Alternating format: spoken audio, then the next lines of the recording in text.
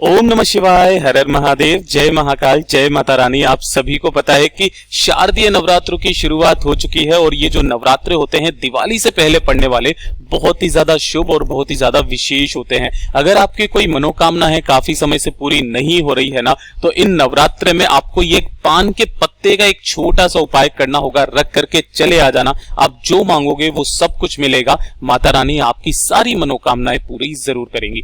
जितने भी मेरी माताएं बहनें इस वीडियो को सुन रही हैं, देख रही हैं, जो भी पहली बार आई हैं, चैनल को सब्सक्राइब जरूर कीजिएगा। वीडियो को लाइक करके मेरे देव आदिदेव महादेव जी का कोई सा भी प्यारा नाम कमेंट बॉक्स में लिखना मत भूलिएगा। पूज्य गुरु जी की कथा से सुनकर और समझकर आपको बहुत अच्छे से समझाने का पूरा प्रयास करूंगा।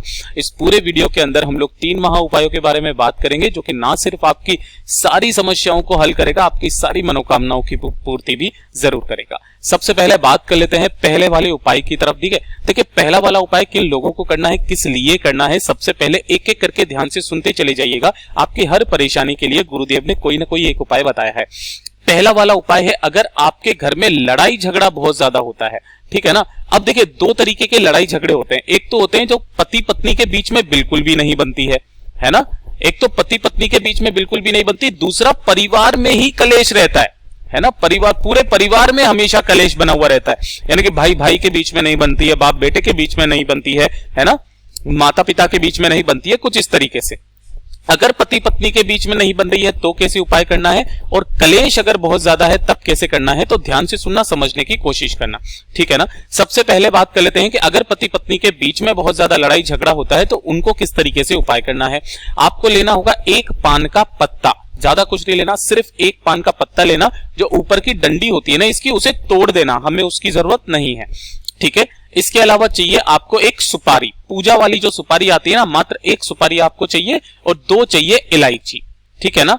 ये सामग्री आपको चाहिए। साथ ही साथ आपके घर में जिसमें से आप सिंदूर लगाती हैं, जितनी भी माताएं बहनें सुन रही हैं ना, सिंदूर लगाती हैं, वो वाला सिंदूर आपको चुटकी भर चाहिए, ठीक है। और एक दीपक तैयार करना, लंबी बाती का, ध्यान रखना लंबी बाती का दीपक होना चाहिए, और इसके अंदर भरोगे आप गाय माता का घी, गाय का घी भरना, ठीक है। इतना काम आप कर लोगे। ये सब कुछ करने के पश्चात इन सभी सामग्री को लेकर के आपको कहां पर जाना है, आपके आसपास जो भी माता रानी का मंदिर है ना, चाहे कोई सा भी मंदिर हो, काली माता का, दुर्गा माता का, है ना, जो भी माता का मंदिर है वहां पर आप पहुंच जाना। वहां पहुंचने के पश्चात आपको जो भी पूजा अर्चना करनी है, जो चढ़ाना है वो आप चढ़ा दीजिए। आपने जिस काम के लिए आपको ये उपाय करना है, पति पत्नी के बीच के लड़ाई झगड़े का, तो जो आपने एक पान का पत्ता लिया है ना, इस पान के पत्ते के ऊपर आपको रखनी होगी सुपारी। लेकिन सुपारी रखने का एक तरीका है, ध्यान से सुनना। ये जो सुपारी आप लोगे ना, इस पूरी सुपारी को आपने जो सिंदूर लिया है उसके अंदर डाल देना। इस पूरी सुपारी को आपको सिंदूर से रंगना है, ठीक है ना। तो आपको इस तरीके से लाल रंग की सिंदूर से लिपटी हुई जो सुपारी है उसे आपको इस पत्ते पर रख देना है, ठीक है। और इसी के साथ अपनी कामना कहते हुए, अपने पति और जो अपने बारे में जो भी लड़ाई झगड़ा हो रहा है उसके बारे में कामना कहते हुए आपको 2 इलायची भी जो है वो इसी वाले पत्ते पर रख देना है। इस पत्ते को दोनों हाथों में लेकर के माता रानी से विनती करके इस पत्ते को माता रानी के कदमों में आपको समर्पित करना है, और उसी के सम्मुख में आपको एक दीपक प्रज्वलित कर देना है जो आप लेकर के गए हो, लंबी बाती का। ध्यान रखना, बत्ती का मुख जो रहना चाहिए वो उत्तर दिशा की तरफ होना चाहिए, ठीक है ना। अपनी मनोकामना कहकर के उस पत्ते को यहां पर, जिसके ऊपर आपने सिंदूर लगी सुपारी को रखा है, 2 इलायची रखी है ना, यहां रख करके चले आ जाना, वापस घर की तरफ चले आ जाना। नवरात्रि में जो भी स्त्री महिला इस वाले उपाय को मात्र एक बार भी कर लेती है ना, उसके घर में कभी भी पति पत्नी के बीच में लड़ाई नहीं होती है। अब दूसरा वाला जो उपाय है वो किसके लिए है, कि अगर आपके घर में बहुत ज्यादा लड़ाई झगड़े कलेश होते हैं, ऊपर वाला पति पत्नी के लिए, और घर पे माता पिता के बीच में नहीं बन रही है, भाई भाई के बीच में नहीं बन रही है, भाई बहन के बीच में नहीं बन रही है, सास और बहू के बीच में नहीं बन रही है, तो घर के सारे कलेश, अगर आपका घर टूटने की कगार पर है, बहुत ज्यादा ऐसी कंडीशन आ गई है कि अब तो घर टूट करके ही रहेगा, तब आपको ये वाला उपाय करना है। दही आपको लेना है, स्क्रीन पर क्या दिख रहा है आपको, दही। तो इस तरीके से आप दही लेना, ठीक है ना, और 1 लोटा ले लेना शुद्ध जल, ठीक है। इसे लेकर के पहुंच जाना देव आदिदेव महादेव जी के मंदिर शिवलिंग के पास, नवरात्र में किसी भी दिन, और नवरात्र का सोमवार पड़ रहा है, बहुत ही अद्भुत दिन है। इस दिन जाइएगा, उत्तर दिशा नॉर्थ डायरेक्शन की तरफ मुंह करके खड़े हो जाना।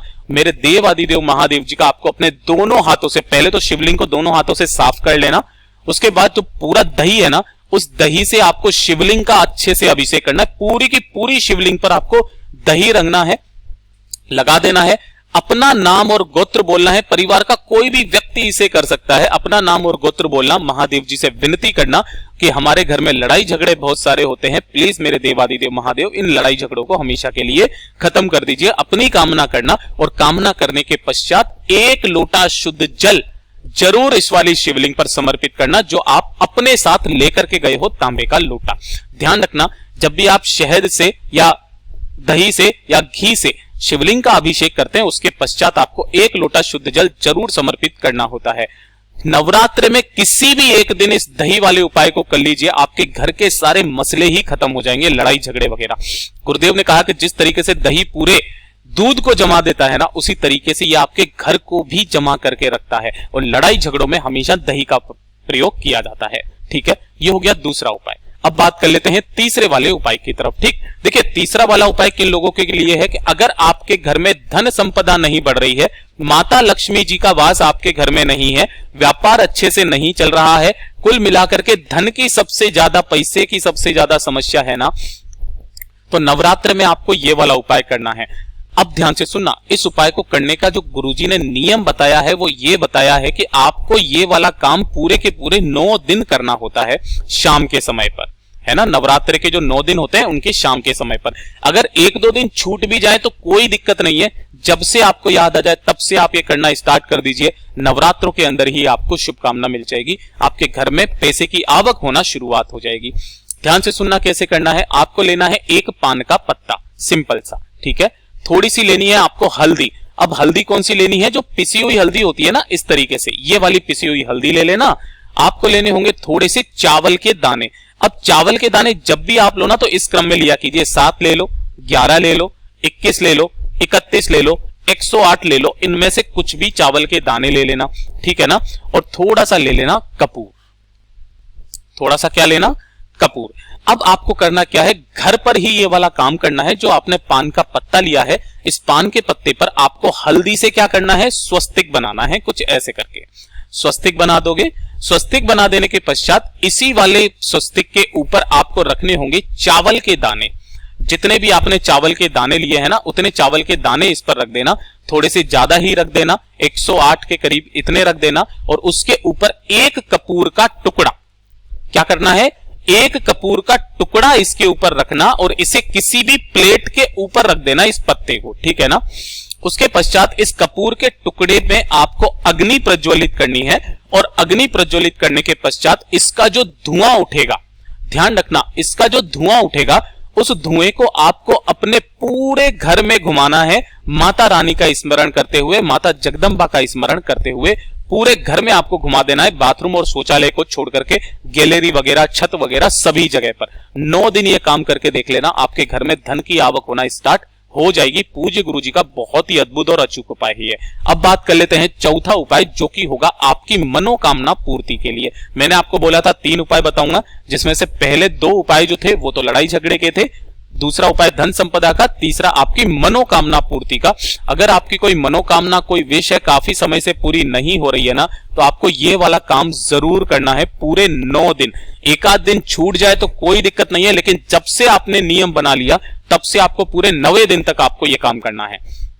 ध्यान से सुनना, आपको यह काम करना है कि आपको 9 दीपक तैयार करने होंगे। कौन से दीपक तैयार करने हैं, ध्यान से सुनना, मिट्टी के दीपक, और सब में बत्ती होनी चाहिए लंबी बाती, ठीक है ना। इसके अंदर भरोगे सभी में गौ माता का घी, गाय का घी भरना, ठीक है। इस तरीके से कितने दीपक तैयार करोगे, 9 दीपक। और हर एक शाम को, जो नवरात्र के 9 दिन होते हैं ना, उनमें हर एक शाम को आपको क्या करना है, अपनी मनोकामना कह करके अपने घर के बाहर, अब घर के भी बाहर कौन सा, जो लोहे का गेट है ना वो नहीं बता रहा हूं मैं, जो लकड़ी का गेट है ना आपके, उस दहलीज के बाहर की तरफ आपको राइट साइड में क्या करना है, 9 के 9 दीपक इस तरीके से प्रज्वलित करने हैं, है ना। और सभी की जो बत्ती का मुख रहेगा, ये वाली बत्ती का मुख ये रहना चाहिए उत्तर दिशा की तरफ। अपनी मनोकामना कह करके इन 9 दीपक को लगाना स्टार्ट कर दीजिए। 9 दिन के बाद में माता रानी आपकी झोली में क्या देती है, ये तो खुद ही माता रानी जानती है। आपकी जो भी मनोकामना होगी पूरी जरूर होगी।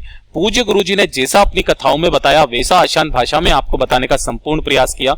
वीडियो अगर पसंद आया हो तो लाइक जरूर करना, चैनल को सब्सक्राइब जरूर कीजिएगा। मैं मिलता हूं आपसे अगले वीडियो में, तब तक के लिए ओम नमः शिवाय, जय महाकाल, जय शिव शंकर, श्री शिवाय नमस्तुभ्यम।